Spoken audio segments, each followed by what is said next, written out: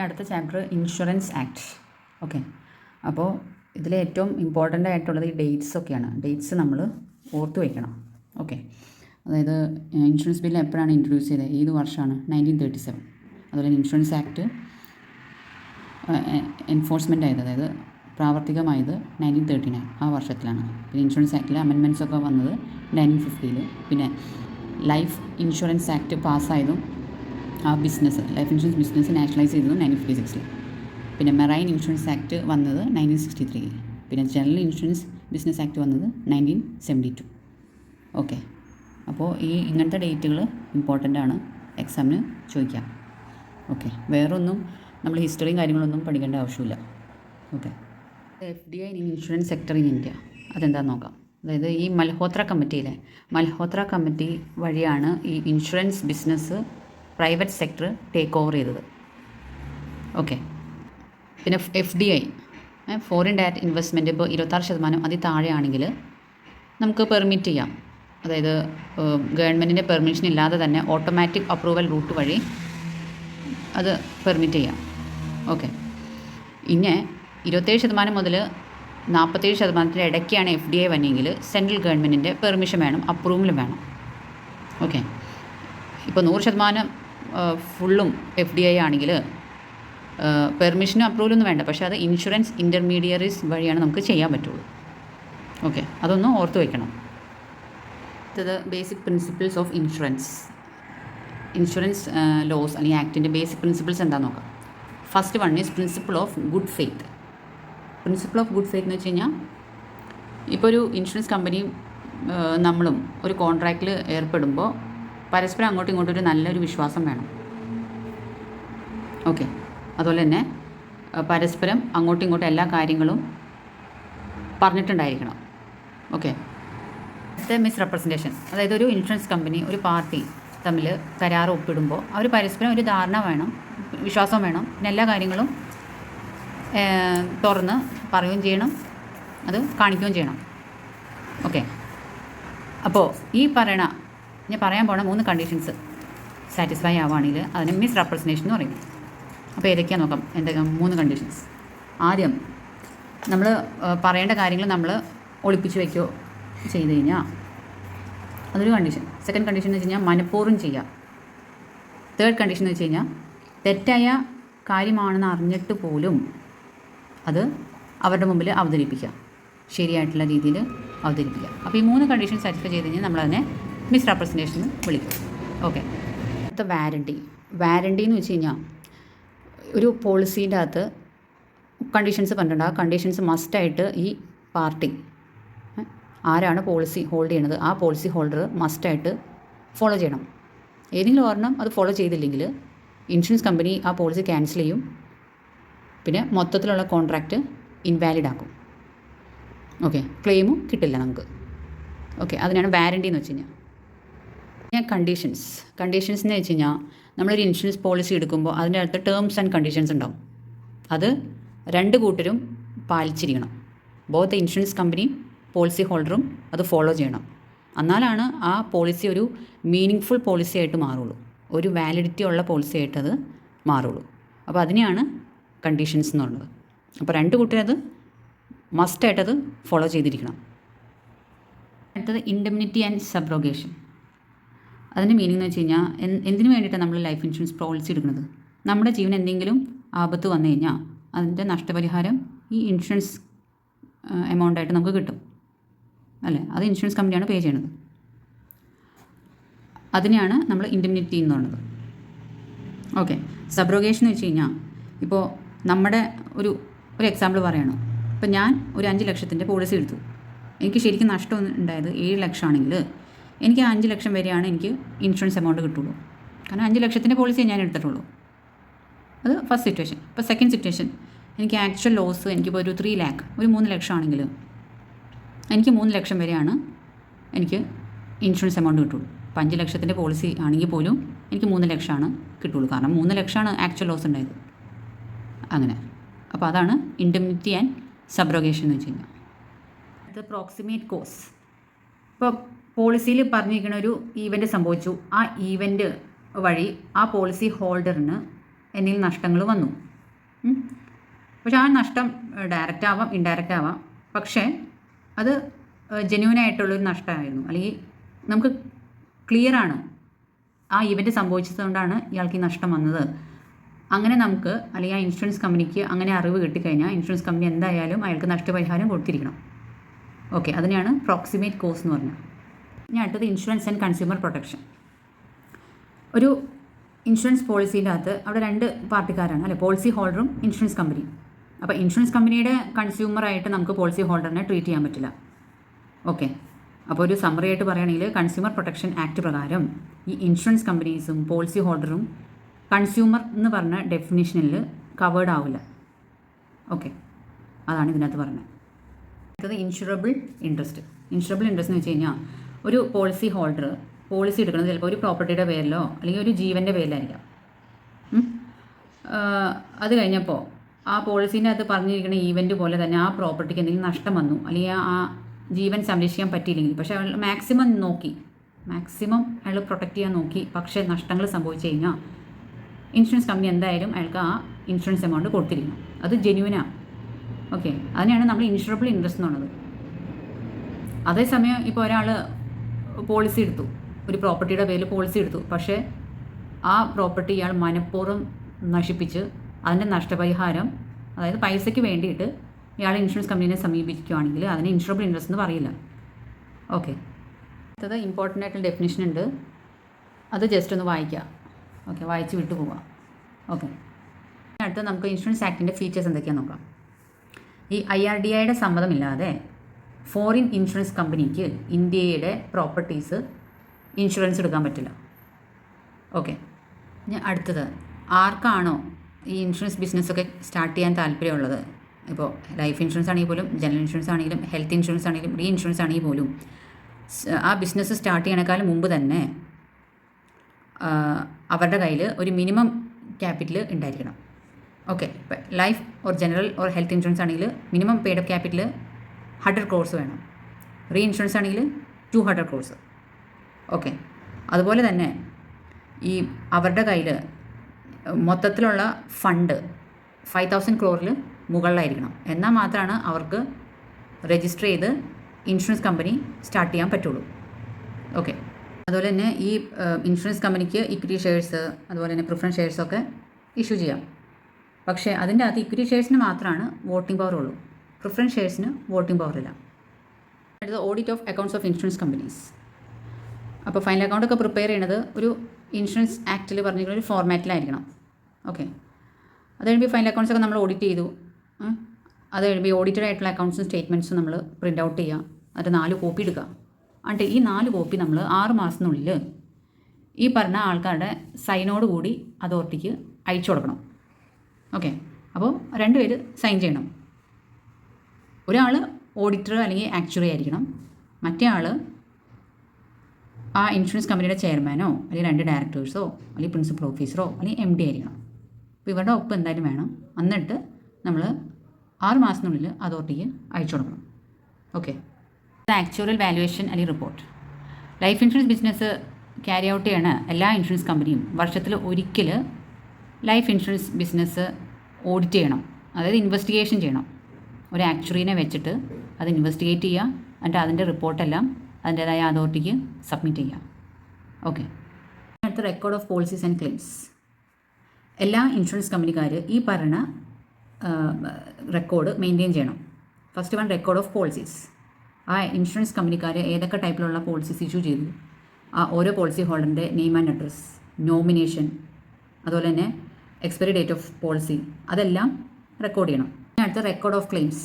Claims ചോദിച്ചു വന്ന ആൾക്കാരുടെ നെയിം, അഡ്രസ്സ്, ഡേറ്റ്, പിന്നെ എന്തോരം എമൗണ്ട് കൊടുത്തു, എത്ര എമൗണ്ട് റിജക്റ്റഡായി, ആ സകല ഡീറ്റെയിൽസും റെക്കോർഡ് ചെയ്യണം.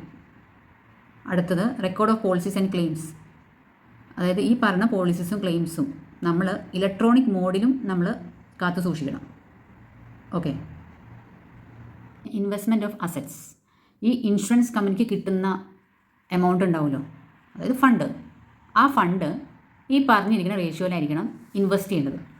ഓക്കെ, അതായത് 25% ഗവൺമെൻറ് സെക്യൂരിറ്റീസിലും ബാക്കി 75% IRDAI അപ്രൂവ് ചെയ്ത ഇൻവെസ്റ്റ്മെൻ്റ് ഉണ്ട്. ആ ഇൻവെസ്റ്റ്മെൻറ്റിലായിരിക്കണം ഈ ഫണ്ടുകൾ അല്ലെങ്കിൽ ഇവരുടെ കയ്യിലുള്ള അസറ്റ് ഇൻവെസ്റ്റ് ചെയ്യേണ്ടത്. ഓക്കെ. ഇനി അടുത്ത liability of directors for contravention section 30. അതായത് സെക്ഷൻ 30 അത് പറഞ്ഞത് ഈ ആക്ട് ഇൻഷുറൻസ് കമ്പനിക്ക് ഈ ഒരു റെസ്ട്രിക്ഷൻ കൊടുത്തിട്ടുണ്ട്. റെസ്ട്രിക്ഷൻ എന്ന് വെച്ച് കഴിഞ്ഞാൽ ഇൻഷുറൻസ് കമ്പനി അവരുടെ സ്വന്തം ഡയറക്ടേഴ്സിനോ മാനേജേഴ്സിനോ അല്ലെങ്കിൽ ഏതെങ്കിലും ഓഫീസേഴ്സിനോ അല്ലെങ്കിൽ ഏതെങ്കിലും താല്പര്യമുള്ള കമ്പനീസ് ഉണ്ടാവുമല്ലോ, ഫേംസ് ഉണ്ടാവുമല്ലോ, അവർക്ക് ലോൺ പ്രൊവൈഡ് ചെയ്യാൻ പാടില്ല, കൊടുക്കാൻ പാടില്ല. ഓക്കെ. കാരണം കൊടുത്തു കഴിഞ്ഞാൽ ചിലപ്പോൾ പോളിസി ഹോൾഡേഴ്സിൻ്റെ പൈസയായിരിക്കും ചിലപ്പോൾ നഷ്ടപ്പെടുന്നത് അല്ലെങ്കിൽ മിസ്യൂസ് ആവുന്നത്. ഓക്കെ. അപ്പോൾ അങ്ങനെ എന്തെങ്കിലും നഷ്ടം വന്നു കഴിഞ്ഞാൽ ഈ പറയുന്ന ആൾക്കാർ അല്ലെങ്കിൽ ഇൻഷുറൻസ് കമ്പനിക്കാർ നഷ്ടപരിഹാരം കൊടുക്കേണ്ടി വരും. ഓക്കെ. Section 32D. ഇവിടെ ഈ സെൻട്രൽ ഗവൺമെൻറ്റൊക്കെ ഈ ഇൻഷുറൻസ് കമ്പനിയുടെ അടുത്ത് ചില കാര്യങ്ങളൊക്കെ ചില ഡയറക്ഷൻസൊക്കെ ഇഷ്യൂ ചെയ്യും. ഓക്കെ. ചിലപ്പോൾ പോളിസി ഹോൾഡേഴ്സിൻ്റെ ഇൻട്രസ്റ്റ് പ്രൊട്ടക്റ്റ് ചെയ്യാനായിരിക്കും, അല്ലെങ്കിൽ പബ്ലിക് ഇൻട്രസ്റ്റിനെ കുറച്ചും കൂടി സെക്യൂർഡ് ആക്കാനായിരിക്കാം, അല്ലെങ്കിൽ ഇൻഷുറൻസ് ബിസിനസ്സിൻ്റെ ഗ്രോത്ത് വർദ്ധിപ്പിക്കാൻ, അല്ലെങ്കിൽ ഫിനാൻഷ്യൽ സ്റ്റെബിലിറ്റി മെയിൻറ്റെയിൻ ചെയ്യാൻ വേണ്ടിയിട്ടായിരിക്കാം, അല്ലെങ്കിൽ ഇൻഷുറൻസ് ബിസിനസ് നല്ല രീതിയിൽ മുന്നോട്ട് കൊണ്ടുപോകാൻ വേണ്ടിയിട്ടായിരിക്കാം ഇങ്ങനത്തെ ഡയറക്ഷൻസ് ഇഷ്യൂ ചെയ്യുന്നത് സെൻട്രൽ ഗവൺമെൻറ്. അപ്പോൾ ഈ പറയുന്ന ഡയറക്ഷൻസ് ഇൻഷുറൻസ് കമ്പനിക്കാർ അനുസരിച്ചില്ലെങ്കിൽ അതിൽ നിന്ന് എന്തെങ്കിലും നഷ്ടം വന്നു കഴിഞ്ഞാൽ ഇൻഷുറൻസ് കമ്പനി നഷ്ടപരിഹാരം കൊടുത്തിരിക്കണം. Okay.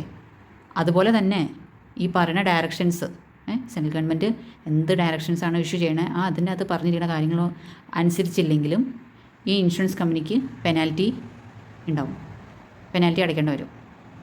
Okay. Power of investigation and inspection by authority. അതായത് ചില സമയത്ത് ഈ അതോറിറ്റി ഈ ഇൻഷുറൻസ് കമ്പനിയുടെ ബിസിനസ് മര്യാദയ്ക്ക് തന്നെയാണോ അവർ കൊണ്ടുപോകുന്നത് എന്നറിയാൻ വേണ്ടിയിട്ട് ഇൻവെസ്റ്റിഗേറ്റിംഗ് ഓഫീസറെ വിട്ടിട്ട് ഇൻവെസ്റ്റിഗേഷൻ നടത്തും. ഓക്കെ. ഈ ഇൻവെസ്റ്റിഗേറ്റിംഗ് ഓഫീസർ ഇൻവെസ്റ്റിഗേഷൻ നല്ല രീതിയിൽ കൊണ്ടുപോകാൻ വേണ്ടിയിട്ട് അവരുടെ സഹായത്തിന് വേണ്ടിയിട്ട് ചിലപ്പോൾ ഓഡിറ്ററിനെ അല്ലെങ്കിൽ ആക്ച്വറീനെ കൂടെ കൂട്ടും.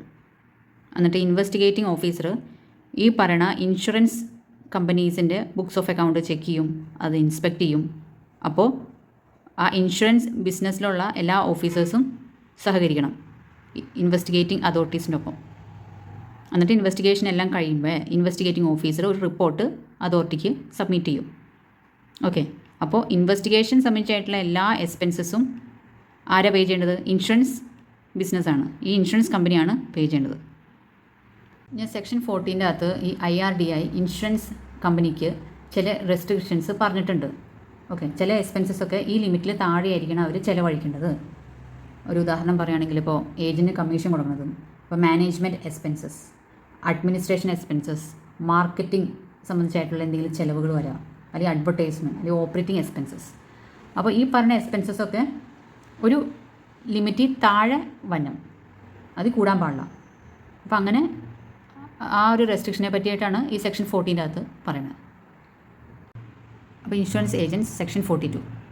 അപ്പോൾ ഏതൊരു ഇൻഷുറൻസ് കമ്പനിയാണെങ്കിൽ പോലും അവരുടെ ഇൻഷുറൻസ് ബിസിനസ് വളർത്തിയെടുക്കാനായിട്ട് ഇൻഷുറൻസ് ഏജൻറ്റിനെ നിയമിക്കും.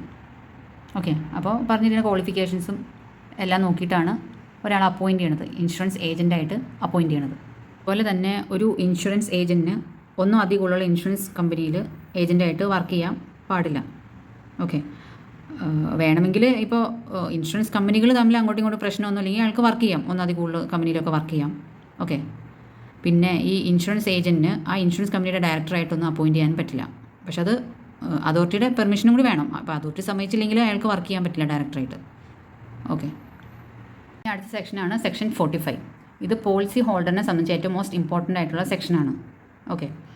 അപ്പോൾ ഈ സെക്ഷനകത്ത് പറഞ്ഞത് ഇപ്പോൾ ഒരു insurance company insurance policy issue ചെയ്തു. അപ്പോൾ ആ ഇഷ്യൂ ചെയ്ത ഡേറ്റ് മുതൽ അല്ലെങ്കിൽ റിന്യൂ ചെയ്തു, ആ റിന്യൂ ചെയ്ത ആ ഡേറ്റ് മുതൽ 3 വർഷത്തേക്ക് ആ ഇൻഷുറൻസ് കമ്പനിക്ക് ആ ഇൻഷുറൻസ് പോളിസീനെ ചോദ്യം ചെയ്യാം, ക്യാൻസൽ ചെയ്യാം, എന്ത് വേണമെങ്കിൽ ചെയ്യാം. പക്ഷേ ഈ 3 വർഷം കഴിഞ്ഞാൽ ഈ ഇൻഷുറൻസ് കമ്പനിക്ക് ഈ പോളിസി ഹോൾഡറിൻ്റെ ക്ലെയിം റിജക്റ്റ് ചെയ്യാനോ ആ പോളിസീനെ ക്യാൻസൽ ചെയ്യാനോ പറ്റില്ല. ഇനി അടുത്തത് section 64 UM surveyors or loss assessors. ഇതിൻ്റെ അകത്ത് പറഞ്ഞത് ഇപ്പോൾ ഒരു ഇൻഷുറൻസ് ക്ലെയിം വന്നു, അതിനകത്ത് നഷ്ടം ഒരു പ്രിസ്ക്രൈബ്ഡ് എമൗണ്ടിൽ കൂടുതലാണെങ്കിൽ ഈ ഇൻഷുറൻസ് കമ്പനി ഈ പറയുന്ന ലൈസൻസ് ഉള്ളൊരു സർവൈവറിനോ അല്ലെങ്കിൽ ലോസ് അസസേഴ്സിനെ നിയമിക്കും. ഓക്കെ. അപ്പോൾ ഈ സർവൈവർ അല്ലെങ്കിൽ ലോസ് അസസേഴ്സിൻ്റെ ഡ്യൂട്ടി എന്ന് വെച്ച് കഴിഞ്ഞാൽ ഈ ഡാമേജ് വന്ന പ്രോപ്പർട്ടീനെ ഇവർ പോയി ഒന്ന് ഇൻസ്പെക്റ്റ് ചെയ്യും. അതുപോലെ തന്നെ അവിടെ നഷ്ടം വരാനായിട്ടുള്ള കാരണങ്ങൾ അവർ കണ്ടെത്തും. എന്നിട്ട് നഷ്ടത്തിൻ്റെ എമൗണ്ട് അവർ എസ്റ്റിമേറ്റ് ചെയ്ത് ഒരു റിപ്പോർട്ട് തയ്യാറാക്കി ഈ ഇൻഷുറൻസ് കമ്പനിക്ക് കൊടുക്കും. അതൊക്കെയാണ് ഇവരുടെ ഡ്യൂട്ടി. ഓക്കെ, അപ്പോൾ ഈ ആക്ടിൻ്റെ കീഴിൽ തന്നെ അവരുടെ ഡ്യൂട്ടീസ്, റെസ്പോൺസിബിലിറ്റീസ്, ക്വാളിഫിക്കേഷൻസ് എല്ലാം പറഞ്ഞിട്ടുണ്ട്. അപ്പോൾ അതെല്ലാം സാറ്റിസ്ഫൈ ചെയ്തിട്ടായിരിക്കും ഒരു ആളെ സർവൈവറായിട്ടോ ലോസ് അസസേഴ്സായിട്ട് അപ്പോയിൻറ്റ് ചെയ്യുന്നത്. ഓക്കെ, ഇത് valuation of assets and liability section 64(b). അപ്പോൾ ഇതിൻ്റെ അകത്ത് പറഞ്ഞേക്കുന്നത് അക്കോർഡിംഗ് ടു ദിസ് ആക്ട് എല്ലാം ഇൻഷുറൻസ് കമ്പനി റിട്ടേൺസ് സബ്മിറ്റ് ചെയ്യണം, ഫർണിഷ് ചെയ്യണം. ആ റിട്ടേൺസിൻ്റെ അകത്ത് ഈ പറയുന്ന ഇൻഷുറൻസ് കമ്പനിയുടെ ആ അസറ്റ് വാല്യൂവും ലയബിലിറ്റി വാല്യൂവും കാണിച്ചിട്ടുണ്ടായിരിക്കണം. അത് പ്രോപ്പർ വാല്യൂ ആയിരിക്കണം ആ റിപ്പോർട്ടിൻ്റെ അകത്ത് അല്ലെങ്കിൽ ആ റിട്ടേണിൻ്റെ അകത്ത് പറഞ്ഞിട്ടുള്ളത്. അതുപോലെ തന്നെ ആ റിട്ടേൺ ഒരു ഓഡിറ്റർ സർട്ടിഫൈ ചെയ്തിട്ടുണ്ടായിരിക്കണം. Okay, sufficiency of asset. അപ്പോൾ ഇവിടെ എല്ലാം ഇൻഷുറൻസ് കമ്പനിക്കാർ അവരുടെ ലയബിലിറ്റിനേക്കാളും കൂടുതലായിരിക്കണം അവരുടെ അസറ്റ് വാല്യൂ. ഓക്കെ, അതുപോലെ തന്നെ മിനിമം ക്യാപിറ്റലിൻ്റെ 50%-നേക്കാളും കൂടുതലായിരിക്കണം അവരുടെ ടോട്ടൽ അസറ്റ്. അവരുടെ ടോട്ടൽ ക്ലെയിമിനേക്കാളും കൂടുതലായിരിക്കണം അവരുടെ total premium amount. Okay, premium എന്ന് പറയുന്നത് അവർക്ക് കിട്ടുന്ന പൈസയാണ്, പോളിസി ഹോൾഡർ പേ ചെയ്യണ പൈസയാണ് പ്രീമിയം. ക്ലെയിംസ് എന്ന് പറയുമ്പോൾ നഷ്ടപരിഹാരമാണ്.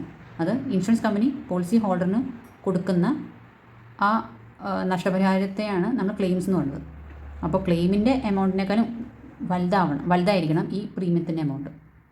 ഓക്കെ, അടുത്ത ടോപ്പിക്കാണ് IRDA ആക്ട്. ഓക്കെ, അത് എക്സ്റ്റാബ്ലിഷ് ചെയ്ത വർഷം 1999. അത് ഇന്ത്യൻ ഗവൺമെൻറ്റാണ് അത് എക്സ്റ്റാബ്ലിഷ് ചെയ്തത്. അപ്പോൾ അത് എന്തിനു വേണ്ടിയിട്ടാണ് എക്സ്റ്റാബ്ലിഷ് ചെയ്തത്, അതിൻ്റെ ഒബ്ജക്റ്റീവ്സിനെ കുറിച്ച് നമുക്ക് നോക്കാം. അപ്പോൾ ഈ ഇൻഷുറൻസ് പോളിസി ഹോൾഡേഴ്സിൻ്റെ താല്പര്യങ്ങളുണ്ടാവുമല്ലോ, അതിനെ പ്ലാൻ ചെയ്യാം. അതുപോലെ തന്നെ ആ ഇൻഷുറൻസ് ബിസിനസ്, ആ ഇൻഡസ്ട്രി സെക്ടർ മൊത്തത്തിൽ വളരാൻ സഹായിക്കാം, അതിനെ നിയന്ത്രിക്കുക, പ്രചരിപ്പിക്കുക. ഓക്കെ, പിന്നെ ഈ പോളിസി ഹോൾഡേഴ്സിനെ എല്ലാവരെയും ഒരേപോലെ ട്രീറ്റ് ചെയ്യുക, അതുപോലെ തന്നെ അവരുടെ താല്പര്യത്തെ പ്രൊട്ടക്റ്റ് ചെയ്യുക. അതുപോലെ തന്നെ സാധാരണ ആൾക്കാർക്ക് അതിൻ്റെ ഗുണം കിട്ടാൻ വേണ്ടിയിട്ട് ഇൻഷുറൻസ് സെക്ടർ ലോങ് ടേം ഫണ്ട്സൊക്കെ പ്രൊവൈഡ് ചെയ്യുക. അതുപോലെ തന്നെ ഈ ഇൻഷുറൻസ് കമ്പനികളുടെ ഫിനാൻഷ്യൽ സ്റ്റെബിലിറ്റി, അതുപോലെ തന്നെ മൊത്തത്തിലുള്ളൊരു സമ്പൂർണ്ണത നിലനിർത്താൻ വേണ്ടിയിട്ട് ഈ ഹൈ സ്റ്റാൻഡേർഡ്സൊക്കെ നടപ്പിലാക്കുക, അതിനെ പ്രൊമോട്ട് ചെയ്യുക, അതിനെ ഇടയ്ക്ക് മോണിറ്റർ ചെയ്യുക. ഓക്കെ, പിന്നെ ഏതെങ്കിലും സ്റ്റാൻഡേർഡ്സ് എവിടെയെങ്കിലും പോരായ്മയുണ്ടെങ്കിൽ അത് കണ്ടുപിടിച്ച് അതിന് റെമഡിയൽ ആക്ഷൻസ് സമയത്തിന് ചെയ്തു കൊടുക്കുക. ഓക്കെ, അതുപോലെ തന്നെ ഇൻഷുറൻസ് സെക്ടറിൽ വരുന്ന തട്ടിപ്പ് അതൊക്കെ കണ്ടുപിടിച്ച് അതിനെ പ്രിവെൻറ്റ് ചെയ്യുക. അതുപോലെ തന്നെ സത്യസന്ധമായിട്ടുള്ള ക്ലെയിംസിനെ പെട്ടെന്ന് തന്നെ സെറ്റിൽ ചെയ്യാനായിട്ടുള്ള ഏർപ്പാടുകൾ കൊണ്ടുവരാം. ഇനി അടുത്ത ഗ്രീവൻസിൽ റിഡ്രസൽ സിസ്റ്റം. അതായത് ആർക്കെങ്കിലും എന്തെങ്കിലും പരാതി ഉണ്ടെങ്കിൽ അത് പരാതിപ്പെടാനായിട്ടുള്ള ഒരവസരം ലഭിക്കും. അപ്പോൾ മൊത്തത്തിൽ ഈ insurance company day to day ആയിട്ടുള്ള അവരുടെ വർക്കിങ്ങിൽ കുറച്ചും കൂടി കൺസിസ്റ്റൻസി കൊണ്ടുവരാനും സ്വയം പര്യാപ്തത നിലനിർത്താൻ വേണ്ടിയിട്ടുമാണ് ഈ IRDA എക്സ്റ്റാബ്ലിഷ് ചെയ്തിരിക്കുന്നത്. ഇതൊക്കെയാണ് ഒബ്ജക്റ്റീവ്സ്. അടുത്തത് IRDAയുടെ ഫങ്ഷൻസ് ആണ്. ഈ പറഞ്ഞ കാര്യത്തിലാണ് IRDA പോളിസി ഉണ്ടാക്കുന്നതും അത് നിയന്ത്രിക്കുന്നതും പിന്നെ എന്തെങ്കിലും ഒരു പരാതി ഉണ്ടെങ്കിൽ അതിനെ അഡ്രസ്സ് ചെയ്യുന്നതും ഈ പറഞ്ഞ കാര്യത്തിന് മാത്രമാണ്. അതായത് പോളിസി ഹോൾഡേഴ്സ് നോമിനേഷൻ, പിന്നെ ഇൻഷുറൻസ് ക്ലെയിം സെറ്റിൽമെൻറ്റ്, പിന്നെ ഇൻഷുറൻസ് ഏജൻറ്റിനൊക്കെ പ്രാക്ടിക്കൽ ട്രെയിനിങ് പ്രൊവൈഡ് ചെയ്യുന്നതും IRDAയുടെ ഒരു ചുമതലയാണ്. പിന്നെ ഇൻഷുറബിൾ ഇൻട്രസ്റ്റ്, പിന്നെ surrender value of policy holders, പിന്നെ ഇൻഷുറൻസ് ഇൻ്റർമീഡിയറി സർവീസിൻ്റെ കോഡ് ഓഫ് കണ്ടക്ട് രൂപീകരിക്കണം IRDA ആണ്. പിന്നെ ഒരു പോളിസീസിനെ കുറിച്ചിട്ടുള്ള ഇൻഫോർമേഷൻസ് കണ്ടുപിടിച്ച് സഹായിക്കുന്നതും IRDA ആണ്. പിന്നെ ഇൻഷുറൻസ് കമ്പനി മൊത്തത്തിൽ MIS അത് ഇംപ്ലിമെൻറ്റ് ചെയ്യണതും IRDAയുടെ ഒരു ചുമതലയാണ്. അതുപോലെ ഇൻഷുറൻസ് സെക്ടർ മൊത്തത്തിൽ സ്വയം സമ്പൂർണ്ണത പ്രചരിപ്പിക്കുന്നതിൻ്റെ ചുമതല IRDAയ്ക്കാണ്. അതുപോലെ തന്നെ ഇൻഷുറൻസ് കമ്പനിയുടെ രജിസ്ട്രേഷൻ സർട്ടിഫിക്കറ്റ് ഇഷ്യൂ ചെയ്യുന്നതും IRDA ആണ്. അതുപോലെ തന്നെ ഇൻഷുറൻസ് കമ്പനീസിൻ്റെ ഈ ഇൻവെസ്റ്റ്മെൻറ്റ് ഉണ്ടാവുമല്ലോ അതിന് റെഗുലേറ്റ് ചെയ്യണത് IRDA ആണ്. അതുപോലെ തന്നെ ഇൻഷുറൻസ് കമ്പനീനെ മൊത്തത്തിൽ സൂപ്പർവൈസ് ചെയ്യണതും നിയന്ത്രിക്കുന്നതും ന്യായമായ കാര്യങ്ങളൊക്കെ ചെയ്യണതും IRDAയുടെ ഫങ്ഷനാണ്. ഓക്കെ, അടുത്തത് കോൺസ്റ്റിറ്റ്യൂഷൻ ഓഫ് IRDA. IRDAയുടെ ഭരണഘടനയെക്കുറിച്ച് നോക്കാം. ഓക്കെ, അപ്പോൾ സെൻട്രൽ ഗവൺമെൻറ് നോട്ടിഫിക്കേഷൻ വഴിയാണ് ഈ അതോറിറ്റീനെ അപ്പോയിൻറ്റ് ചെയ്യണത്. ഓക്കെ, അതുപോലെ തന്നെ അവർക്ക് പവേഴ്സും റൈറ്റ്സും ഒക്കെ കൊടുത്തിട്ടുണ്ട്. അതുപോലെ തന്നെ ഈ അതോറിറ്റിയുടെ ഹെഡ് ഓഫീസൊക്കെ എല്ലാം സെൻട്രൽ ഗവൺമെൻറ്റിൻ്റെ കൺട്രോളിലാണ് പോണത്. ഓക്കെ, അപ്പോൾ ഞാൻ അതിനെക്കുറിച്ചിട്ട് നമുക്കൊന്നുകൂടി നോക്കാം, ഡീറ്റെയിൽ ആയിട്ട് നോക്കാം ആരൊക്കെയാണ് മെമ്പേഴ്സ്. അപ്പോൾ മൊത്തത്തിൽ 10 മെമ്പേഴ്സ് വേണം. ഓക്കെ, അതിൽ ഒരു മെമ്പർ ചെയർമാനായിരിക്കണം. ഈ ചെയർമാന് 5 വർഷത്തേക്ക് മാത്രമാണ് ആ ഓഫീസിൽ വർക്ക് ചെയ്യാൻ പറ്റുള്ളൂ. അത് കഴിയുമ്പോൾ പിരിഞ്ഞു പോകണം, അല്ലെങ്കിൽ 65 വയസ്സായി കഴിയുമ്പോൾ റിട്ടയർ ചെയ്ത് പോകണം. പിന്നെ ഈ റിട്ടയർ ചെയ്ത ആളെ വീണ്ടും നമുക്ക് റീഅപ്പോയിൻറ്റ് ചെയ്യാനും പറ്റും ചെയർമാനായിട്ട് തന്നെ.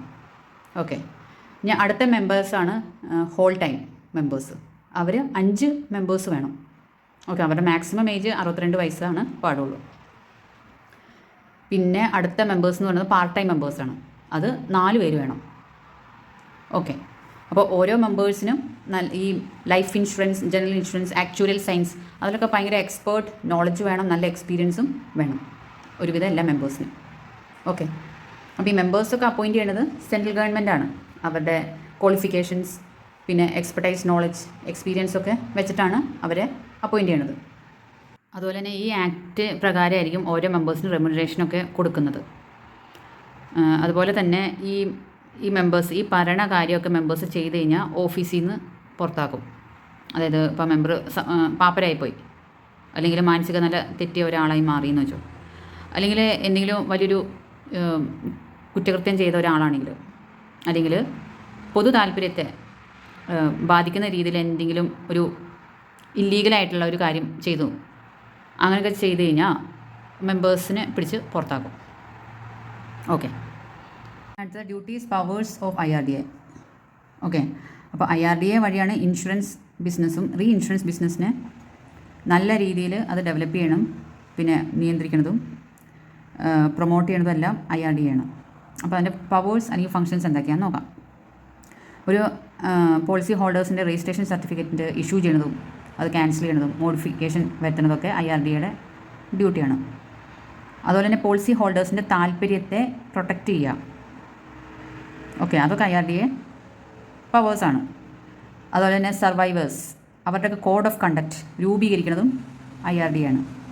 പിന്നെ ഓരോ ഇൻഷുറൻസ് ഏജൻറ്റിനെ ട്രെയിനിങ് കൊടുക്കുന്നതും ഓരോ ഇൻഷുറൻസ് ഏജൻറ്റിനെ അപ്പോയിൻറ്റ് ചെയ്യുന്നതും ഒക്കെ IRDAയുടെ ചുമതലയാണ്. പിന്നെ ഓരോ വർക്കിന് എത്ര ഫീസ് മേടിക്കണം, എത്ര ചാർജസ് ഈടാക്കണം, അതൊക്കെ IRDA ആണ് തീരുമാനിക്കുന്നത്. പിന്നെ ഇൻഷുറൻസ് ബിസിനസ് സംബന്ധിച്ചിട്ടുള്ള എന്തെങ്കിലും ഇഷ്യൂസൊക്കെ വന്നു കഴിഞ്ഞാൽ അതിനെ ഇൻവെസ്റ്റിഗേറ്റ് ചെയ്യണതും അത് സോൾവ് ചെയ്യണതെല്ലാം IRDAയുടെ ചുമതലയാണ്.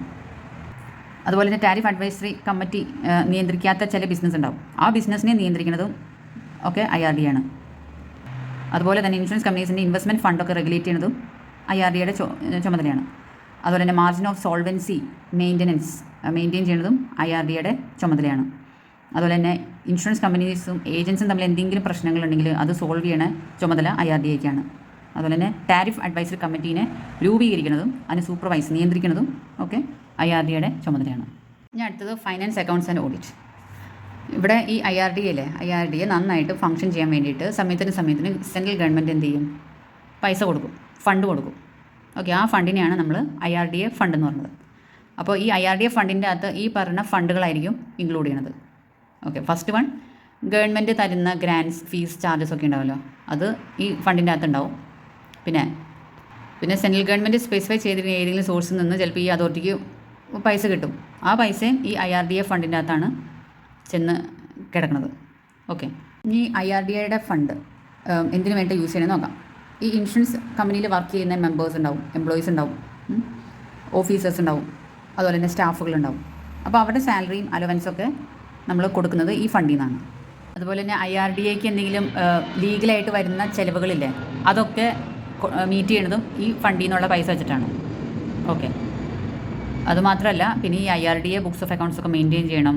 പിന്നെ ഈ സെൻട്രൽ ഗവൺമെൻറ് പ്രകാരം ഒരു ഫോർമാറ്റ് ഉണ്ട്, ആ ഫോർമാറ്റിലായിരിക്കണം ആനുവൽ ഫിനാൻഷ്യൽ സ്റ്റേറ്റ്മെൻറ്റ്സ് ഒക്കെ പ്രിപ്പയർ ചെയ്യേണ്ടത്. ഓക്കെ, എന്നിട്ട് ഇവരുടെ ഈ ബുക്സ് ഓഫ് അക്കൗണ്ട്സ് ഒക്കെ ഓഡിറ്റ് ചെയ്യുന്നത് CAG ആണ്. IRDAയുടെ അക്കൗണ്ട്സും ഈ പറഞ്ഞ ഫിനാൻഷ്യൽ സ്റ്റേറ്റ്മെൻറ്റ്സും ഒക്കെ ഓഡിറ്റ് ചെയ്യണത് CAGയുടെ ചുമതലയാണ്. ഓക്കെ, ഇനിയുള്ള പോർഷന് ജസ്റ്റ് ഒന്ന് വായിച്ച് വിട്ടു പോവാം. ഓക്കെ, അത്ര ഇമ്പോർട്ടൻസ് കൊടുത്താൽ മതി ഇത്.